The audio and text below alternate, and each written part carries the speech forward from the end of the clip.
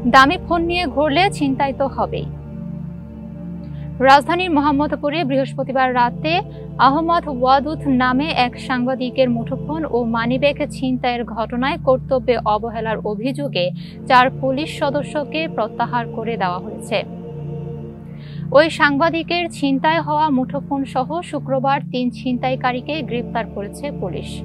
প্রত্যাহার হওয়া পুলিশ সদস্যরা হলেন মোহাম্মদপুর থানার উপপরিদর্শক জসিম উদ্দিন, সহকারী উপপরিদর্শক আনারুল ইসলাম, 2 কনস্টেবল মাজেদুর রহমান ও মোহাম্মদ নুরুন নবী। শুক্রবার রাতে যোগাযোগ করা হলে ঢাকা মহানগর পুলিশের তেজগাঁও বিভাগের উপকমিশনার মোহাম্মদ ইবনে মিজান গণমাধ্যমকে বলেন, সাংবাদিক আহমদ ওয়াদুদের ছিনতাই হওয়া মুঠোফোন উদ্ধার সহ 3 ছিনতাইকারীকে গ্রেপ্তার করা হয়েছে। আর কর্তব্যে অবহেলা ও অপেশাদার আচরণের অভিযোগে 4 পুলিশ সদস্যকে প্রত্যাহার করা হয়েছে। তেজগাঁও বিভাগের অতিরিক্ত উপকমিশনার আলমগীর কবিরকে পুরো ঘটনাটি তদন্তের দায়িত্ব দেওয়া হয়েছে। পুলিশ জানায়, গত বৃহস্পতিবার দিবাগত রাত 11টার দিকে রাজধানীর মোহাম্মদপুরের 3 রাস্তার মোড়ের পাশের গলিতে বর্ণিত বার্তা পত্রিকার সহ সম্পাদক আহমদ ওয়াদুদ সস্ত্রীক ছিনতাইকারীদের কবলে পড়েন।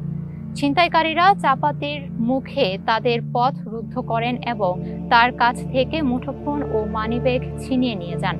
ছিনতাইকারীদের চাপাতির আঘাতে তিনি আহত হন। এতক্ষণ বার্তা বৈঠকের সাথে থাকার জন্য ধন্যবাদ। পরবর্তী সংবাদ পেতে বার্তা বৈঠকের ফেসবুক পেজ এবং ইউটিউব চ্যানেলের সাথেই থাকুন।